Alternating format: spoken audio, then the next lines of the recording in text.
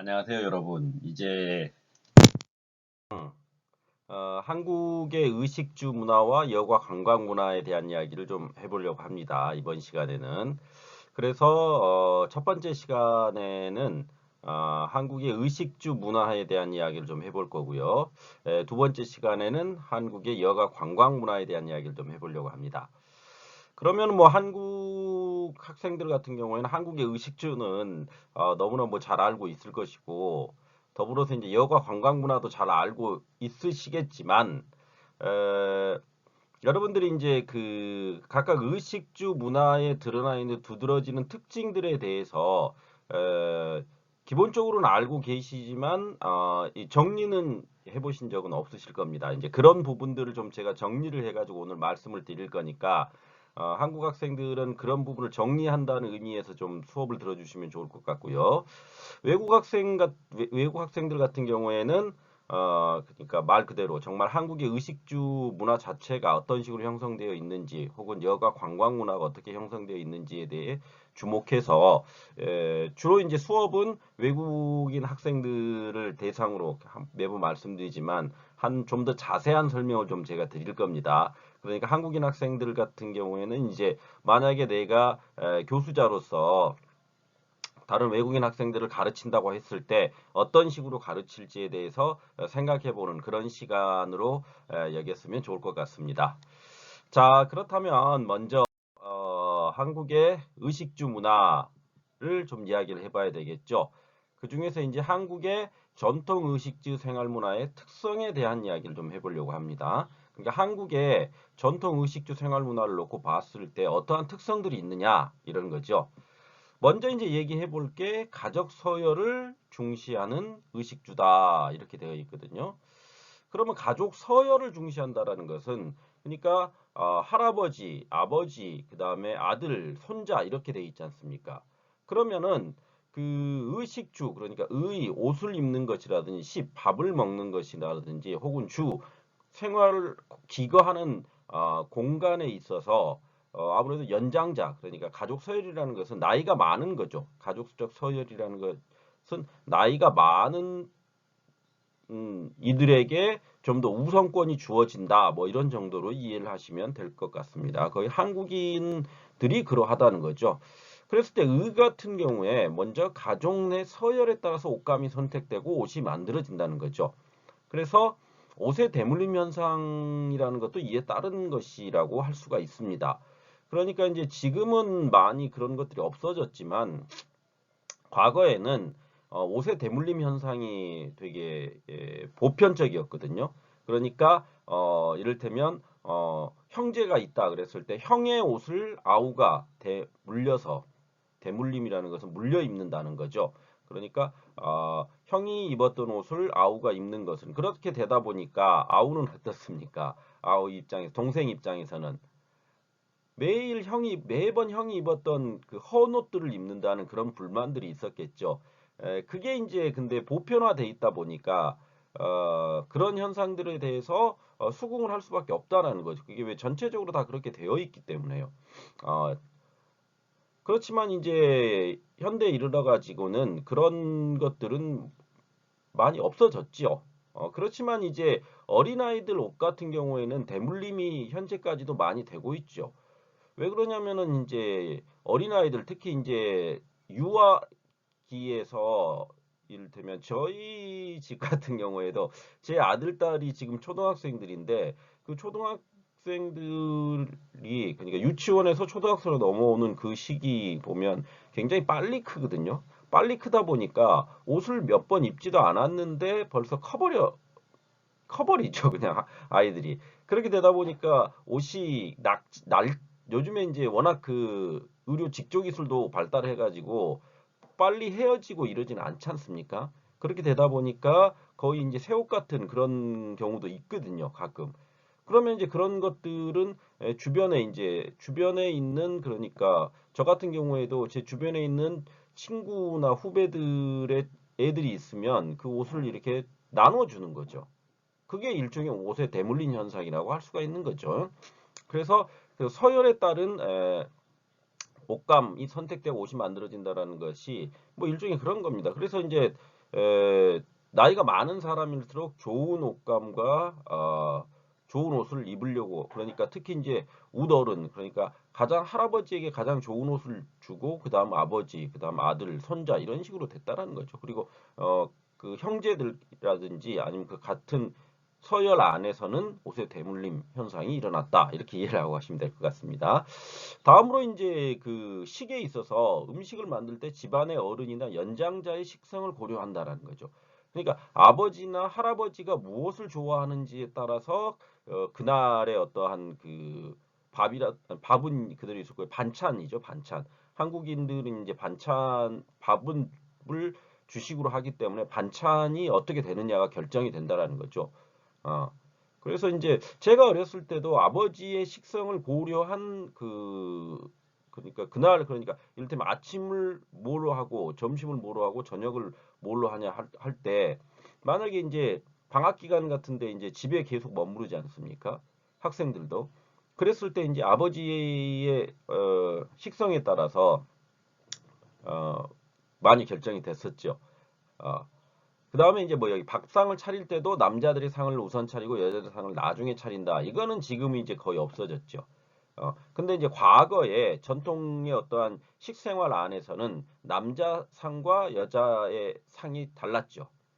그래서 우리가 이제 보통 남녀 칠세 부동석이라 그래가지고 남자와 여자는 겸상을 안 한다는 그런 것들이 있었거든요. 조선 시대에.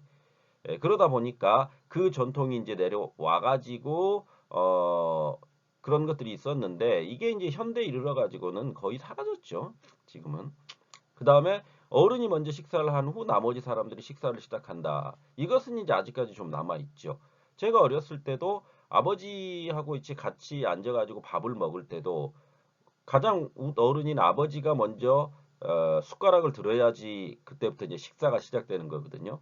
그러다 보니까 지금도 저 같은 경우에 이제 다른 웃 어른들과 식사를 할 때는 먼저 이제 그 웃 어른이 식사를 시작하셔야지 식사를 시작하는 그런 걸로 어 알고 지금 이게 좀 습관화돼 버린 것들이 있습니다.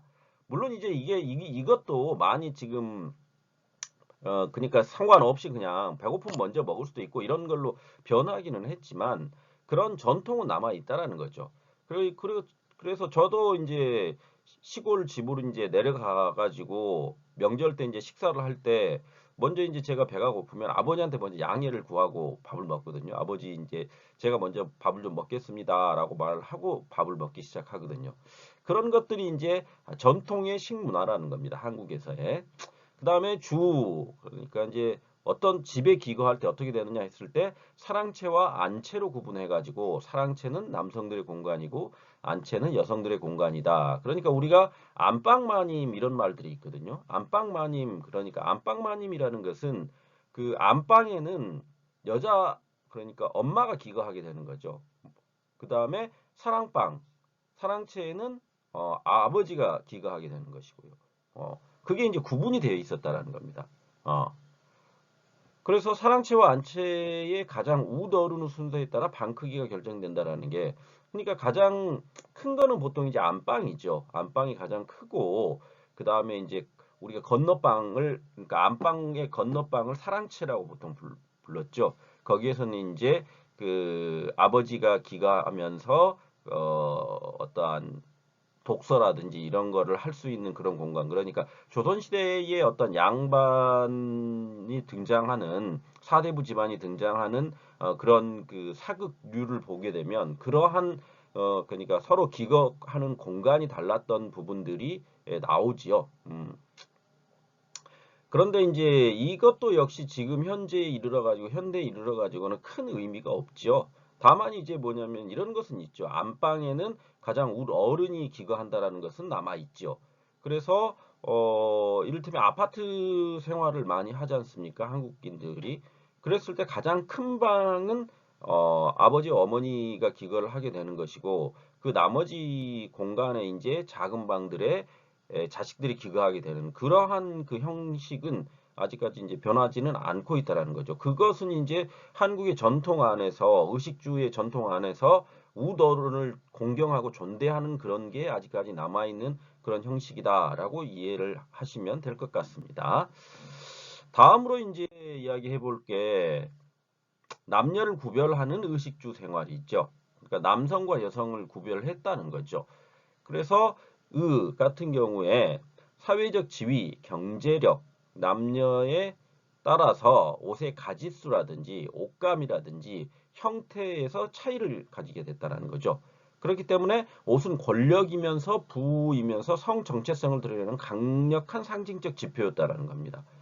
그 대표적인 게 이제 이런 거죠. 조선시대의 그 옷을 보면 사대부들은 어떻습니까? 사대부들이 입는 옷이 있었죠. 양반들이 입는 옷이 있었죠. 그러니까 우리가 이제 갓을 쓰지요. 갓을 쓰고 그 다음에 이 도포를 입는다고 얘기를 하거든요. 그럼 그 도포라는 것을 입고 그러니까 지금 이제 조금 간편화된 식으로 본다면 이제 두루마기라고 이야기를 하거든요. 두루마기를 입지요. 한복, 전통 한복을 저도 이제 보면은 전통 한복을 입어봤던 게 언제인가라는 생각이 좀 들기도 하는데요. 요즘 이제 그 경복궁이나 이런 데 가면 전통 한복을 많이 젊은 사람들이 입지요.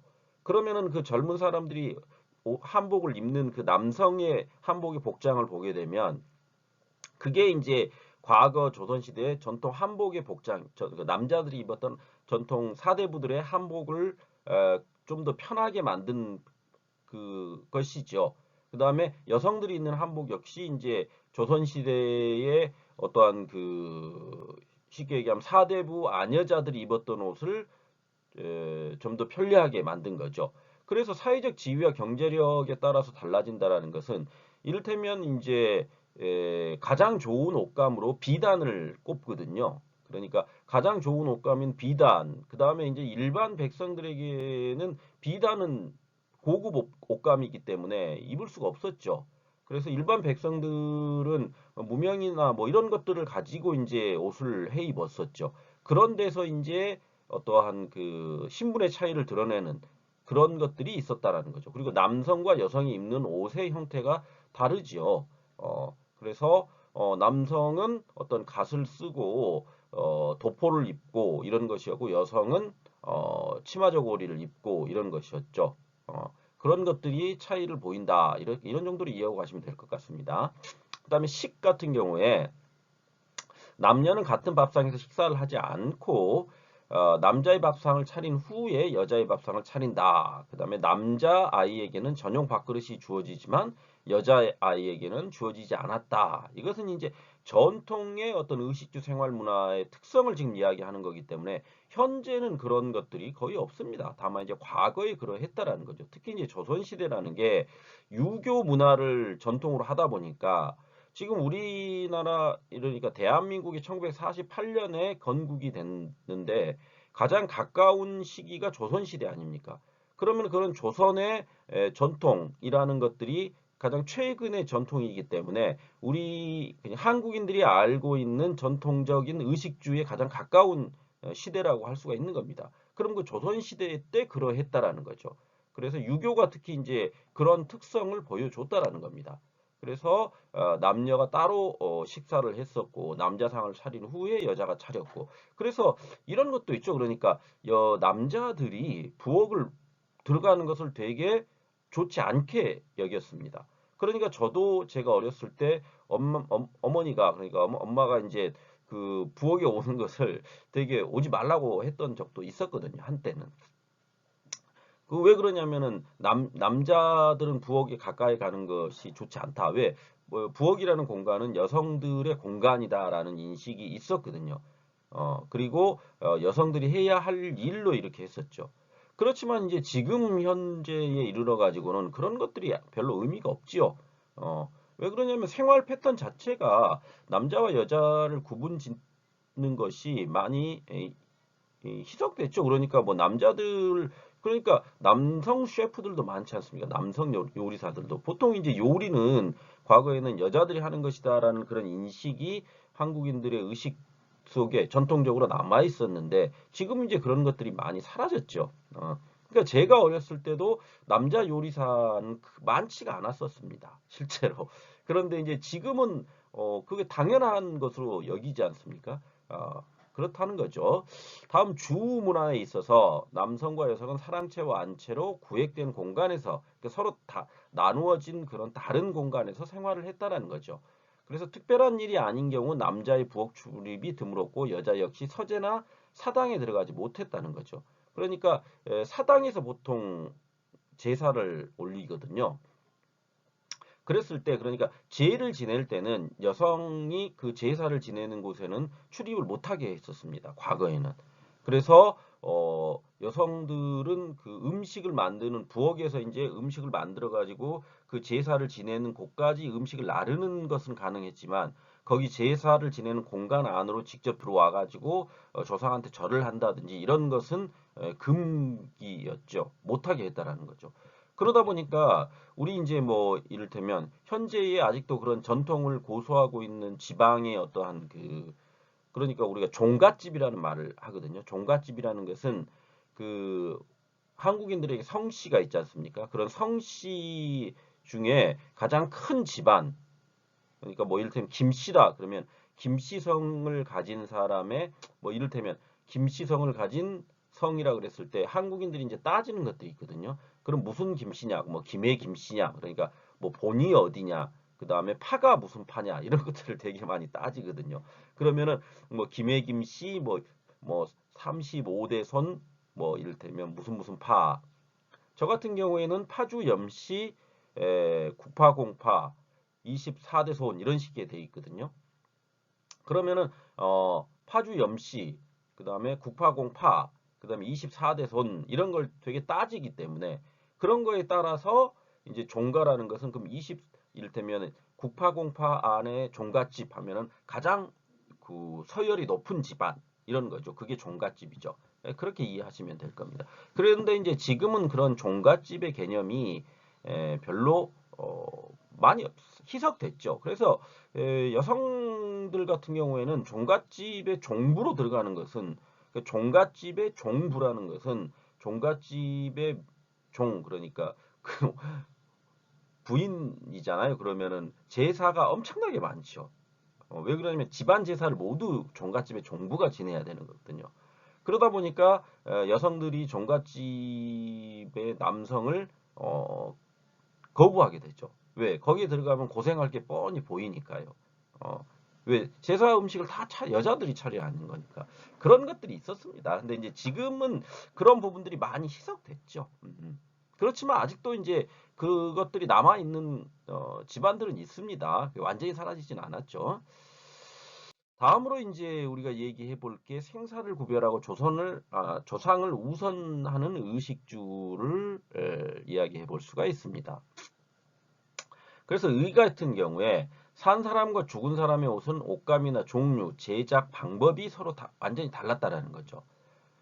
그래서 양질의 옷감으로 죽은 사람의 옷을 만든다라는 것은 이런 겁니다. 그러니까 양질의 옷감이라는 것은 태어나가지고 그 이를테면 신분이 낮다 보면 좋은 옷감을 아까 앞서 잠깐 말씀드렸듯이 어떤 사회적 지위나 경제력에 따라서 입는 옷감의 종류가 달랐다고 했지 않습니까? 그러다 보니까 죽어가지고도 그런 옷감을 한번 죽으면 한번 입어봐야 된다. 그런 의미로 양질의 옷감을 죽은 사람의 옷으로 만들었다는 겁니다. 좋은 옷감으로. 그래서 산 사람은 헌 옷을 입더라도 죽은 사람은 반드시 새 옷을 입혀가지고 좋은 곳으로 그러니까 내세관이죠. 내세관 일종의 내세관이라는 게 있지 않습니까? 그러니까 죽어서 그 망자 죽은 사람을 망자라고 하지 않습니까? 그런 그 망자가 가는 곳이 있는데 거기에 갈 때는 좋은 옷을 입고 가야 된다라는 그런 그 전통적인 생각들이 사상 구조 안에 의식 구조 안에 있기 때문에 역시 죽은 이들에게 좋은 옷을 입히고 산 사람은 헌 옷을 입었다. 뭐 이런 것들이 있다는 거죠. 그것이 이제 생사를 구분했다는 겁니다.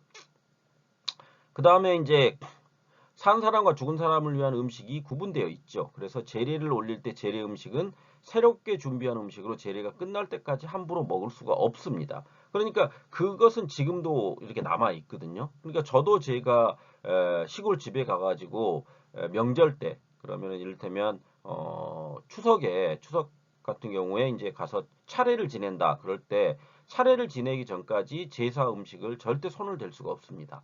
그리고 제사 음식은 새로 만들어 가지고 새 음식으로 제사 음식을 올려야 되는 거거든요. 그래서 그 제사 음식을 만들 때 이제 내가 먹고 싶어 가지고 이를테면 전을 하나 먹는다 그럴 때 그걸 되게 금기시했었습니다. 제가 제 기억에도 어렸을 때 엄마가 내가 먹고 싶어 가지고 먹으려고 그러면 절대 안 된다. 이거는 제사를 지내고 나서 먹어라. 그런 것들을 되게 강조하셨거든요. 그러니까 그런데 지금도 이제 그렇게 되다 보니까 지금도 이제 그런 생각들이 제가 남아 있는 거죠. 물론 이제 그것이 많이 희석되기는 했죠. 그래서 많이 희석되기는 했지만 그럼에도 불구하고 그러한 전통이 남아 있다라는 겁니다. 그런 거.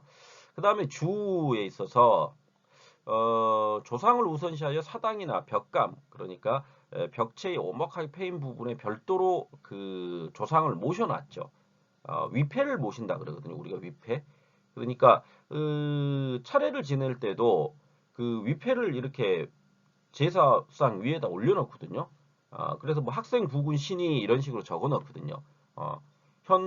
현 고조 학생 부군 신이 그러면 현 고조라는 거 고조 할아버지 학생 부군 신이 그러니까 그것을 지니는 그러니까 이를테면 그러니까 이제 보통 이제 현고 학생 부군 신이라고 말을 하거든요. 그러면 현재 죽고 돌아가신 작고했다 그러거든요. 죽은 학생이라는 것은 이제 보통 고인의 직위를 보통 나타내거든요. 그러면 거기에 그러니까 현재 돌아가신 학생의 직위를 가진 부군 아버지의 신위 어르신의 자리 이런 의미거든요.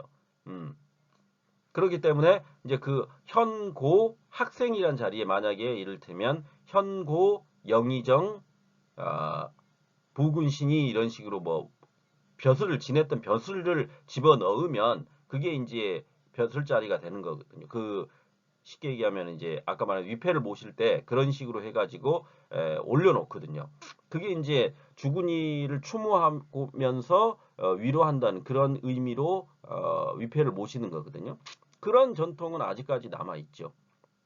그래서 제사를 지낼 때 그런 것들을 적어 놓습니다. 그다음에 여성의 경우는 그냥 그 어떤 면으로 보면 아직까지 그 전통이 별로 좋은 건 아닌데 여성 같은 경우에는 그냥 본관하고 성씨만을 기입을 하거든요. 그러니까 본관 뭐 아까 말씀드린 파주 뭐 파주 염씨 누구누구 이름 쓰고 신위 이런 식으로 끝내거든요. 그러니까 거기에 어떠한 그 여성으로서의 벼슬을 지낼 수가 없기 때문에 그러한 것들은 그냥 여성의 경우는 그런 식으로 쓰게 됐었다라는 거죠. 그래서 이제 이 사당이나 벽감은 사대가 모셔지면 사당은 가장 높은 곳에 집안의 가장 높은 곳에 위치하여 있죠. 그러니까 이 집안이 있을 때 가장 높은 곳에다가 사당을 짓는 거죠. 그런 게 이제 의식주 생활 안에 있다라는 정도로 이해하시면 될 것 같습니다. 다음으로 일상과 의례를 구별하는 의식주 생활 이렇게 되어 있는데요. 그다음에 평상복과 예복이 그래서 구별되어 있죠. 그래서 남자는 도포를, 여자는 원삼을 예복으로 집안 중대사가 있는 날 특별한 날 착용을 한다는 거죠. 그래서 도포나 원삼이 없을 경우 남자는 아까 제가 잠깐 말씀드렸던 그 두루마기를 입고 여자는 치마 저고리를 입게 되는 거죠. 그다음에 상례, 그러니까 상이 났을 때 누군가 죽었을 때 남자는 상복, 여자는 소복을 입게 되는 거죠. 그래서 남자가 입는 옷을 상복이라고 이야기하고요. 여자가 입는 옷을 소복이라고 얘기하게 되는 거죠. 그게 이제 일상과 의례라는 것은 이제 지켜야 할 의식이 있는 그 행위들이죠. 그런 것들이 있을 때 이렇게 구별이 돼 있다라는 거죠. 그러니까 평상복하고는 다르다는 겁니다. 특별한 의식이 있기 때문에 그렇게 구분해서 입는다 이런 정도로 이해하시면 될 것 같습니다. 다음에 이제 식에 있어서 일상 음식과 의례 음식은 그 종류나 상차림에서 차이를 보이고 있다라는 거죠. 그래서 일상식은 잡곡밥에 소박한 반찬과 국을 먹지만 의례식 무언가 큰 행사가 있을 때는 뭐 이를테면 결혼식이라든가 이런 것들 뭐 그다음에 누군가 죽었다 그랬을 때는 일상식에 육류, 생선, 떡, 유과 등의 음식이 추가돼서 나왔다라는 거죠. 그러니까 의식으로서 무언가를 기려야 되는 그런 행위가 있을 때는 추가되는 음식이 있었다. 이런 정도로 이해를 하시면 될 것 같습니다. 다음으로 이제 주 같은 경우에는 사당을 제외하고 일상 공간과 의례 공간은 뚜렷이 구분이 되지 않았다는 거죠. 사당을 제외하고는. 그러다가 일상 공간 안에서 의례가 있을 때 공간이 다시 재획정된다는 것은 다시 만들어진다는 겁니다. 그래서 대례 큰 이게 결혼을 갖다 보통 대리라고 얘기하거든요. 큰 예를 지켜야 하는 거죠. 그래서 결혼이 있을 때는 신부집 마당에다가 그 결혼식을 할 수 있는 것들을 차렸고요. 상례 그러니까 이를테면 그러니까 상을 당했을 때 누군가 죽었을 때의 예를 할 때는 남자의 사랑채에다가 그 상례를 했었고요. 그다음에 여자 같은 경우에는 안채에다가 그 상례 그러니까 제사상을 하거나 그런 죽은 상예를 차렸다는 거죠. 그러니까 어디냐에 따라서 그게 달라진다라는 거죠. 그런 부분들을 여러분들이 이해를 하시면 될 것 같습니다. 그게 이제 의식주 안에 그러니까 생사를 일상과 의례를 구별하는 의식주 생활이다. 이렇게 이해하시면 되겠죠. 다음으로 이야기해 볼 게 이제 체면과 예의를 중시하는 의식주 생활을 했다라는 겁니다. 그래서 이 한국인들이 생각하기에 옷차림이라는 것은 예의의 기본이죠. 그러면서 동시에 인격을 나타내는 것이라고 생각을 했습니다. 그래서 의례 그러니까 결혼식 때 입는 옷은 정중해야 된다는 거죠. 그 다음에 상복 상을 당했을 때 입는 옷도 역시 정중하게 갖춰 입어야 된다는 거죠. 그래서 그렇게 어떠한 큰 일들이 벌어졌을 때 의례를 치르거나 손님을 맞이하거나 혹은 외출할 때 밖으로 나갈 때는 일상복 그러니까 내가 집안에서 입는 옷하고는 다른 의복 차림을 했다라는 거죠. 그것은 지금도 똑같죠. 지금도. 그래서 집에서 입는 일상복은 대충 그냥 뭐 우리가 흔히 이제 얘기하기를 추리닝 뭐 이런 거를 주로 입지요. 그다음에 그 뭐 우리가 이제 잠옷이라고 하는 것들 좀 편한 옷을 집안에서 입는다면 밖에 외출을 할 때는 그 외출복이 따로 있죠.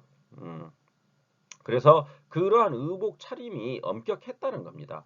어, 그래서 한여름에도 어른이 아랫사람을 대할 때도 맨발을 보이지 않는다는 건 뭐냐면 그러니까 그 어른들에게 어떤 예의를 차리는 하나의 그 형태로서 발이 그러니까 맨살이 보이면 안 되는 거거든요.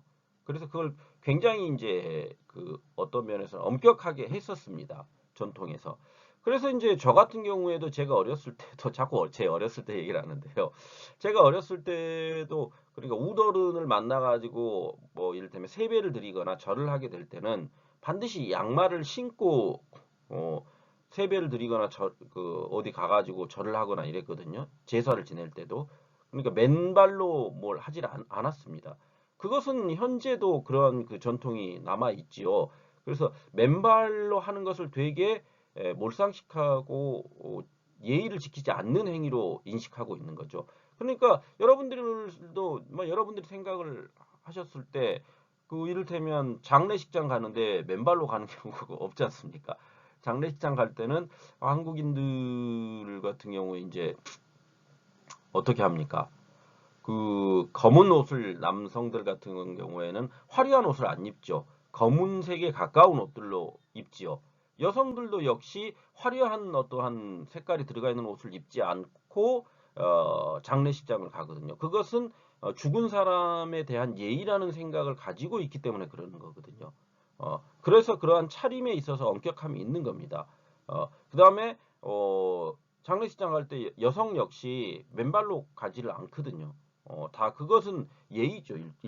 일상 안에 있는 의식주 안에서의 예의. 예의를 중시하는 그런 한국적인 거죠. 물론 이제 한국인들만 그런 건 아니죠. 외국에서도 당연히 이제 그런 예의를 중시하는데 한국인들이 유독 그런 게 좀 더 강하다는 거죠. 다른 국가들에 비해서 그런 것들을 좀 더 중시한다 이런 것들을 이해하시면 될 것 같습니다.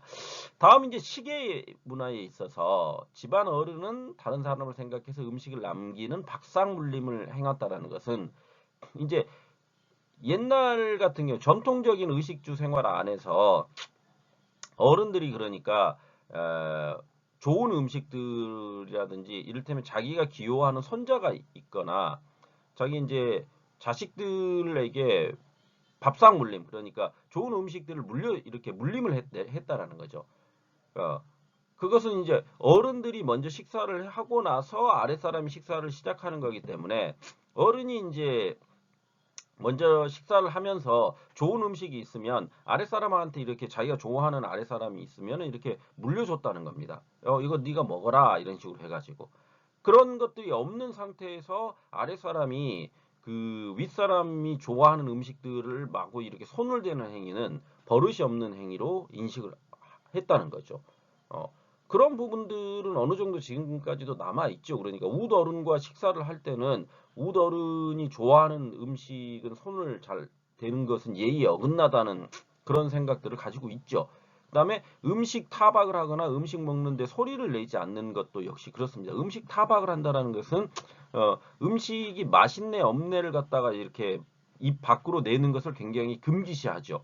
그러니까 한국인들하고 밥을 먹을 때, 야, 이 음식, 이를테면 친구끼리 편한 사이일 경우에는, 야, 이 집, 그 맛집 우리가 이제 흔히 이제 맛집을 찾아간다 그러지 않습니까? 맛집 찾아가지고 먹을 때 이 집 맛 있네 없네를 갖다 이제 평가를 막 하고 이러지만, 그렇지 않고 이제 내가 어떠한 누군가의 집에 초대를 받아가지고 간다 그랬을 때는 그 집 음식이 무조건 맛있다라고 칭찬을 해주는 게 예의죠. 그래서 음식 준비하시느라고 맛은 없더라도 이런 거죠. 음식 준비하시느라고 참 수고하셨네요, 고생하셨네요 이런 말들을 먼저 건네죠. 그걸 그리고 이제 맛이 없다라는 말을 안 하죠. 그게 이제 음식 타박이라고 하거든요, 보통. 그래서 그러니까 그런 말들을 꺼내지 않는다는 겁니다. 그 다음에 음식을 먹을 때 이제 우리가 보통 이런 소리 내는 것을 굉장히 좋지 않은 음식 식습관이라고 여깁니다. 한국인들은. 그래서 음식을 먹을 때는 쩝쩝쩝거리지 말라고 하거든요. 그러니까 저도 이제 어렸을 때 그런 얘기를 많이 들었습니다.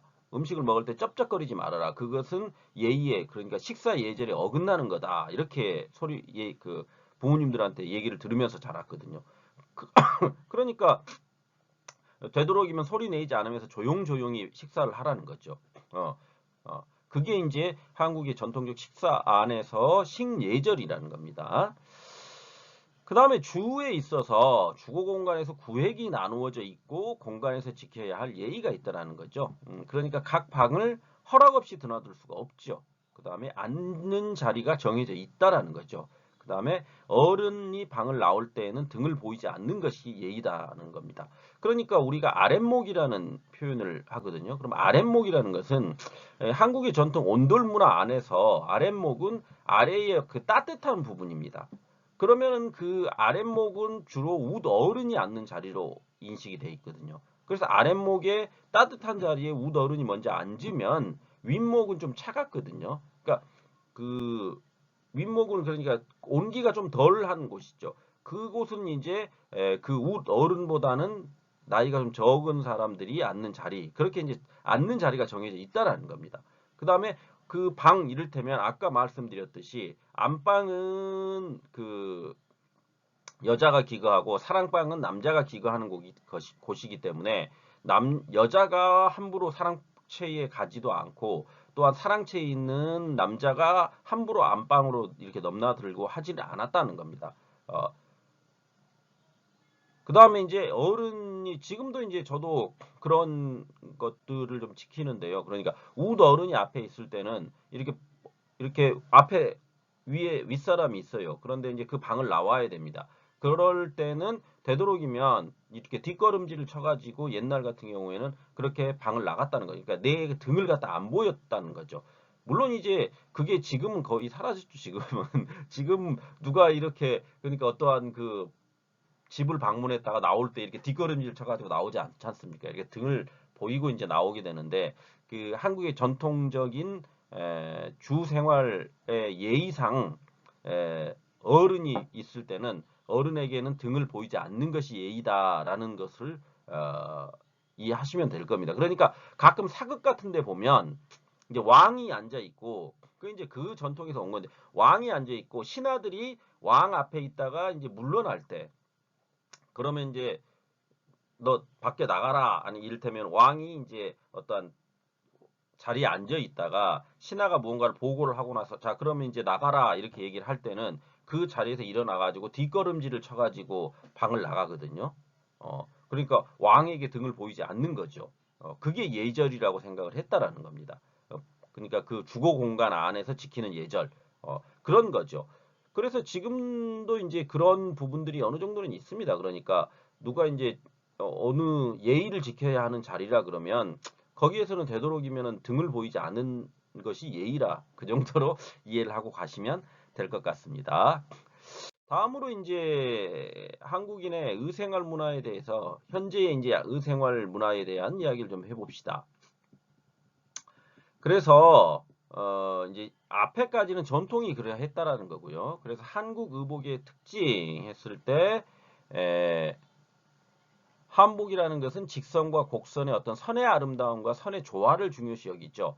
그렇기 때문에 그 이를테면 그 여성들의 옷의 그 깃을 보면 그 깃이 이렇게 둥그렇지 않습니까? 그 둥그런 선의 아름다움 그런 것들이 그 도포 자락도 그렇거든요. 남자들이 입는 도포 같은 경우 또 이렇게 그 한복은 되게 길지 않습니까? 그럼 그런 것들이 선의 아름다움과 선의 조화를 중요시하는 그런 의복의 형식에서 기초에 있다. 이렇게 이해를 하시면 될 것 같습니다.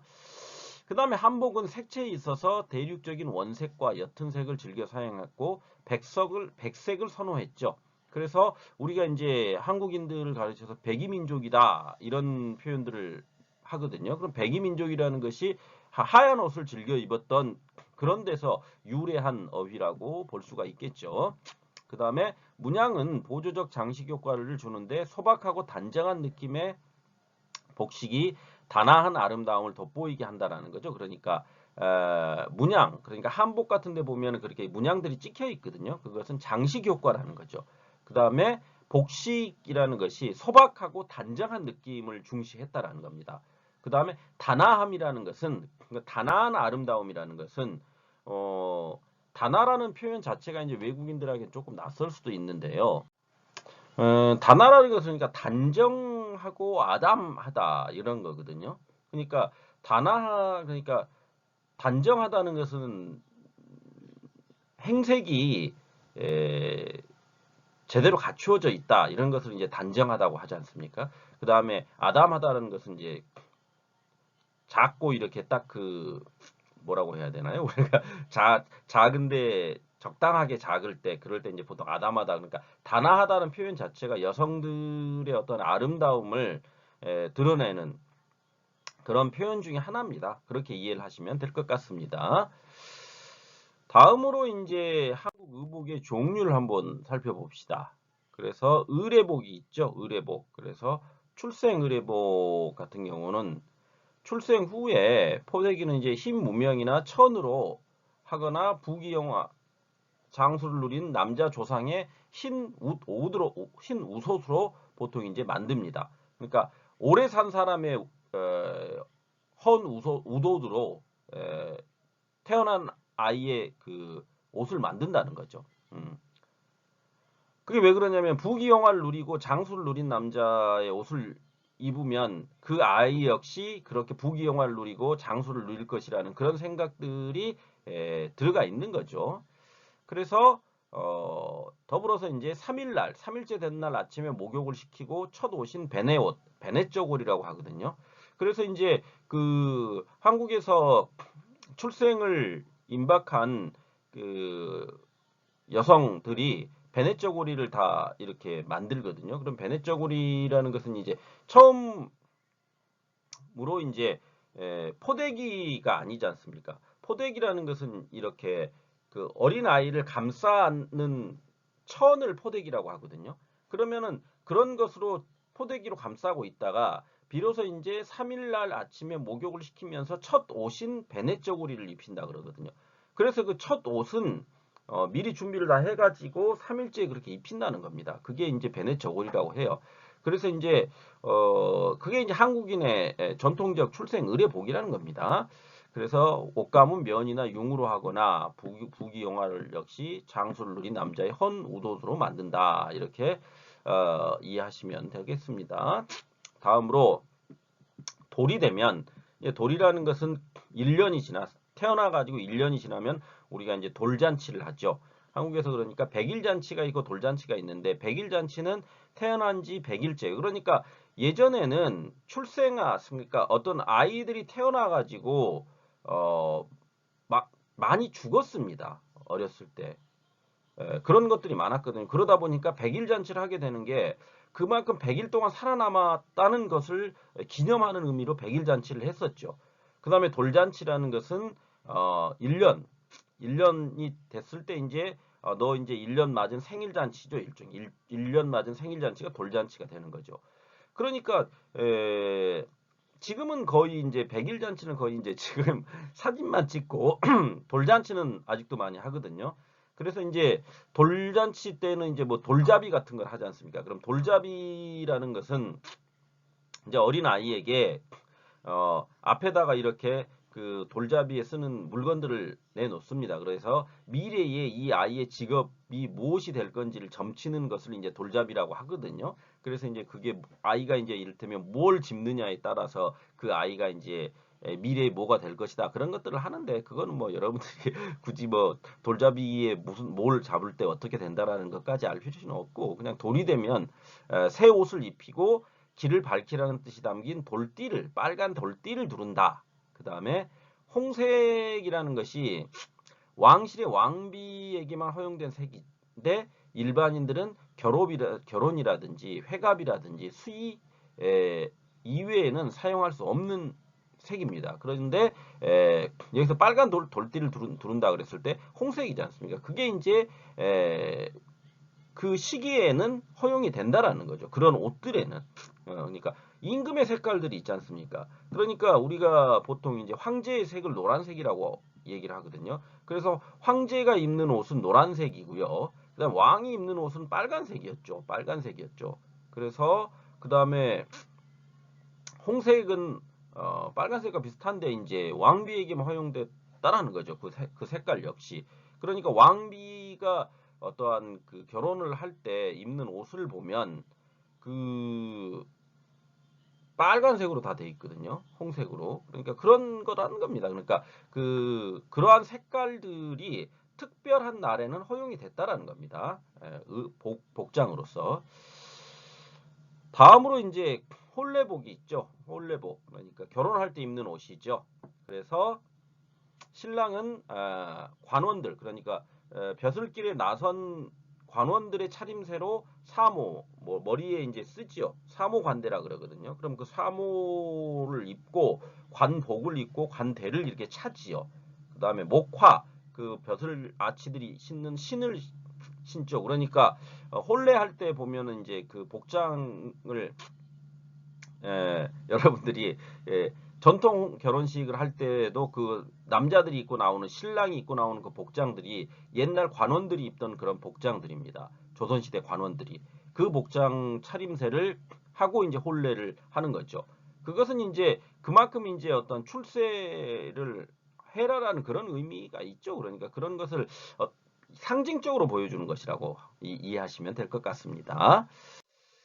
다음으로 이제 신부는 제일 안에 못이 속적삼을 입고요. 그 위에 분홍 저고리, 노랑 저고리, 연두 삼회장 저고리를 차례로 겹쳐 입지요.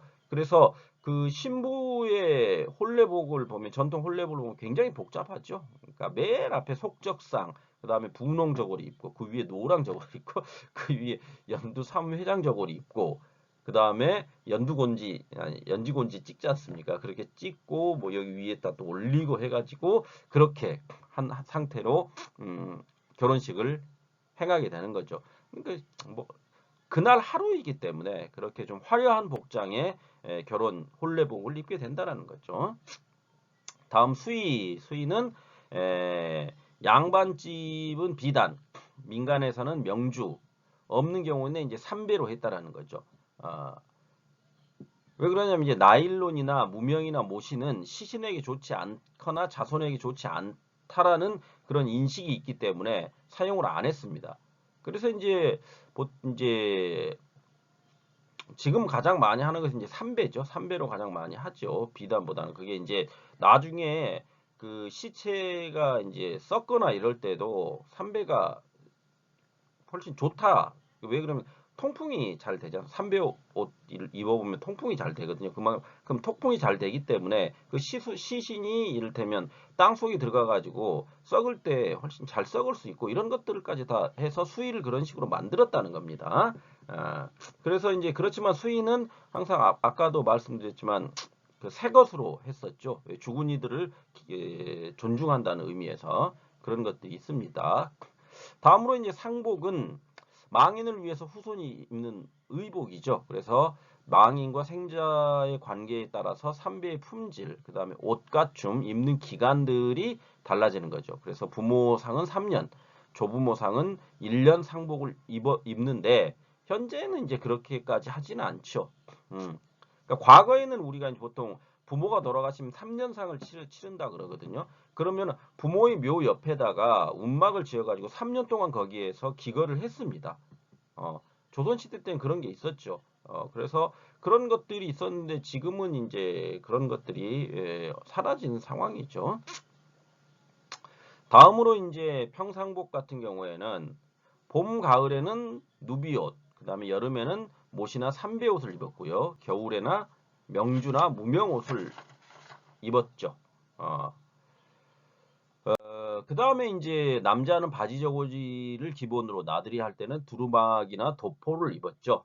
그 다음에 여성은 한복 치마, 저고리를 입었고 일제강점기 이후에 몸빼를 입기 시작했습니다. 그러니까 일제강점기 지금 이제 우리 흔히 그 어른 여성들이 몸빼를 편한 일이 있을 때, 뭐, 이를테면, 노동할 때 많이 입고 굉장히 많이 즐겨 입지 않습니까? 근데 그게 이제 일제강점기 이후에 나타난 의복의 형식이라고 보시면 됩니다. 그런데 이제 개화기 이후에 남자는 양복, 여자는 양장을 입게 되면서 현재의 어떠한 평상복이 됐죠. 물론 이제 남자들이 양복을 입고 여자가 양장을 입는 경우는, 이를테면 어떤 외출을 할 때의 외출복이죠. 일반적으로 그러니까 외출복일 때도 특히 이제 예의를 지켜야 할 때 그렇게 되는 거죠. 그렇지 않고 이제 편안한 어떠한 외출을 해가지고 편안한 상대를 만날 때는 그게 달라지죠. 그러니까 편한 복장으로 가는 것도 있습니다. 그렇다고 이제 뭐 그 집에서 입는 옷을 그대로 입고 나가지는 않죠. 그것은 상대방에 대한 예의에 어긋나다는 생각을 가지고 있습니다. 아직도 그런 부분들에 있어서는 한국인들이. 그 다음에 노동복에서 여름에는 삼배, 겨울에는 무명, 그 다음에 비가 올 때는 삿갓을 썼고요. 비옷으로 나락집 도롱이를 입고 나막신을 신었다는 겁니다. 그게 이제 옛날에 그렇게 했다는 거죠. 지금은 이제 그렇게 이 뭐 삿갓을 쓰고 나락집이나 도롱이를 입고 나막신을 신고 다니지는 않죠. 예. 다음으로 이제 한국인의 식생활 문화를 봅시다. 그래서 한국 음식의 조리상의 특징을 보면 주식과 부식이 분리되어 발달되었죠. 그러니까 주식과 부식, 주로 먹는 식사와 부식, 그다음에 주식 이외에 먹는 식사가 분리돼서 발달되었죠. 그다음에 곡물 조리법이 발달되었죠. 곡물. 그러니까 쌀이죠. 우리가 주식으로 쌀을 먹기 때문에 그 쌀과 관계되어 있는 조리법들이 발달되었다는 거죠. 그러니까 뭐 쌀을 먹기도 하고요. 보리를 먹기도 하고 뭐 조, 수수 막 여러 가지 곡물들이 있습니다. 그러니까 다양한 곡물 우리가 이제 잡곡밥이라 그러지 않습니까? 잡곡밥이라 그러면 그 잡곡이라는 것은 주식은 쌀이고요. 그 나머지 아까 말씀드렸던 보리라든지 뭐 조라든지 이런 것들을 곡물이잖아요. 같은 그런 곡물인데 그런 것들을 같이 섞어서 먹었다는 거죠. 그 지금 과거에는 그러니까 흰 쌀밥을 먹는 것을 최고로 쳤지만 지금은 오히려 건강상 이유로 곡물 그러니까 다양한 곡물을 섞어서 먹는 잡곡밥이 훨씬 건강에 좋지 않습니까? 그래서 지금은 이제 오히려 그렇게 쌀밥보다는 곡물이 섞여 있는 뭐 현미밥 같은 것들이 그런 거 아닙니까? 그런 것들 그러니까 건강 웰빙식이 많이 유행을 하고 있다라는 거죠. 그다음에 음식의 간을 중요시 여긴다. 그다음에 조미료와 향신료의 이용이 섬세하죠. 다음으로 약식동원의 조리법이 우수하다. 그다음에 미묘한 손동작이 요구된다. 미묘한 손동작이 요구된다는 것은 그러니까 한국인들이 그런 거 있죠. 손맛이라는 말을 하거든요. 그럼 손맛이라는 것은 일종의 이제 손의 크기에 따라서 소금을 넣을 때도 우리가 한 움큼, 그 다음에 아니면 한 꼬지 뭐 이런 지금 표현들을 하기도 하지만은 보통 이제 어른들이 조리를 할 때 보면 그러면은 저기 음식 그 간을 맞출 때 어떻게 해요? 그러면 이거 그냥 대충 이렇게 넣으면 돼. 이렇게 말씀들을 하시거든요. 그러면 그 대충이라는 것이 그분들이 계속 음식을 조리하면서 해왔던 경험치거든요. 그런 경험치에 의해서 간을 하는 거기 때문에 누가 만드느냐에 따라서 맛이 조금씩 다르다는 겁니다. 거기에서 한국 음식의 어떤 그 맛 차이가 발생하게 되는 거죠. 그래서 음식을 잘하는 어르신 같은 경우에는 그런 간을 잘 맞추는 거죠. 간을, 음식의 간을. 예. 그게 이제 굉장히 중요하기 때문에 한국 음식 안에. 그 다음에 이제 한국 음식의 제도상의 특징은 유교 의례를 중시하는 상차림이죠. 그 다음에 일상식에는 독상을 중심으로 한다. 그러니까 단독상이죠. 독상. 자기 앞에 혼자 이렇게 앉아가지고 먹는 그것을. 근데 이제 보통 이제 지금 현재의 어떠한 한국 음식이라는 것은 다 같이 앉아서 모여가지고 먹는 것이 중시되는 것들도 있지요. 그 다음에 조반, 아침밥과 석반, 저녁밥을 굉장히 중시하죠. 낮, 점심은 대충 먹어도 아침밥을 든든히 먹어야 한다라는 말이 있고요. 저녁밥을 푸짐하게 먹어야 한다는 그런 것들이 있습니다. 특히 이제 지금은 어떠한 그 생활 패턴의 변화에 따라서 그러니까 아침과 점심보다는 저녁에 주로 많이 무언가를 먹지요. 그런 것들이 좀 발달돼 있죠. 그만큼 변화가 일어났다는 겁니다. 이러한 한국 음식의 풍속상의 특징은 공동식의 풍속이죠. 같이 먹는 것이 굉장히 발달되어 있죠. 그 다음에 의례를 중히 여긴다는 거. 아까 그러니까 말씀드렸듯이 어른이 숟가락을 들어야지만 나머지 사람들도 밥을 먹을 수 있는 그런 그 식사상의 예절을 굉장히 중시한다라는 거죠. 음식을 먹을 때는 음식 탓을 하지 않고 소리를 내지 마라. 이런 것들이 다 그런 것들이죠. 다음 조화된 맛을 굉장히 중요한다. 그러니까 간이 아까 어떤 미묘한 손동작에서 나온지 않습니까? 그러던 것 안에서 이제 그러니까 장 문화가 발달되어 있지 않습니까? 그런 장 문화 안에서 고추장, 된장 뭐 이런 것들의 조화로움을 굉장히 중시하는 그런 음식이고 건강식이죠. 한국식은 건강식 웰빙 음식이라고 할 수가 있는 거죠. 그러다 보니까 육류와 어류와 그다음에 채소류가 다 이렇게 적절히 조화되어 있지 않습니까? 그 다음에 풍류성이 뛰어나다. 그 다음에 저장 음식이 발달되어 있죠. 김치도 일종의 저장 음식 아닙니까? 김치부터가. 그 다음에 주체성이 뛰어나다. 뭐 이런 정도가 한국 음식 풍속상의 특징이다. 이렇게 얘기해 볼 수가 있을 겁니다. 다음으로 이제 한국의 주생활 문화 했을 때 집터는 풍수지리설에 따라서 환경과 우주의 조화를 통해 복을 구하는 형태에 따르는 것이 일반적이다. 풍수지리에 따라서 주생활을 많이 중시한다는 거죠. 그래서 집터라는 것은 환경에 맞춰서 자연 친화적인 자리를 잡는다는 거죠. 그래서 마을은 들판에 가까운 산골이고 뒷산은 깊어야 하고 앞산은 빼어나야 하며 마을 주위로 개울이 감싸돌고 토지는 사토로 굵고 촘촘하면서 우물이 좋아야 한다. 이런 거를 굉장히 중시했다라는 겁니다. 그게 일종의 이제 풍수지리에 따른 거죠. 그래서 조선시대 양반의 주택은 어떤 효의 실천 공간이면서 남녀 유별, 남자와 여자를 그러니까 안방과 사랑째로 떨어져 있었죠. 그 다음에 남녀 실세 부동서, 남자와 여자는 실세가 되면 서로 따로 앉아야 한다라는 그런 유교적 덕목에 의해 가지고 남녀의 공간이 구분되면서 폐쇄성이 있는 그런 것들이 어떤 주거 문화의 특징이다. 이런 거죠. 그다음 민중의 주택은 의뢰 활동보다는 생산 활동과 관련된 실용적 목적에서 안방, 그다음에 사랑방, 건너방 부엌, 외양간, 헛간, 뒷간 등으로 구성되었다. 예. 그 다음에 온돌 문화는 구두리라고 하는 온돌을 덮게 해서 보온한다는 의미로서 한민족의 어떤 인체 구조라든지 생산 도구, 음식 생활, 예의, 범절, 원시, 신앙, 민간, 예술, 민속놀이 등 문화 활동에 영향을 줬다라는 거죠. 그러니까 온돌에서 뭐 이를테면 그 따뜻한 아랫목에서 민속놀이, 그러니까 윷놀이나 이런 것들을 했지 않습니까? 그런 것들이 다 영향을 줬다라는 겁니다. 전반적으로.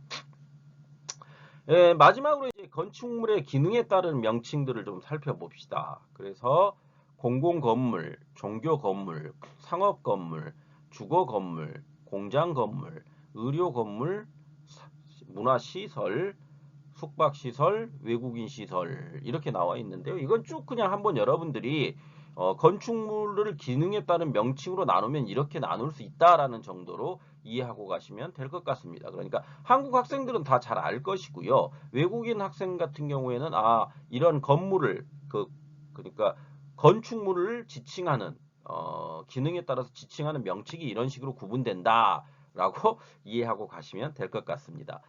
이 시간도 좀 짧게 하려고 했는데 어떻게 하다 보니까 또 말이 많이 길어졌네요.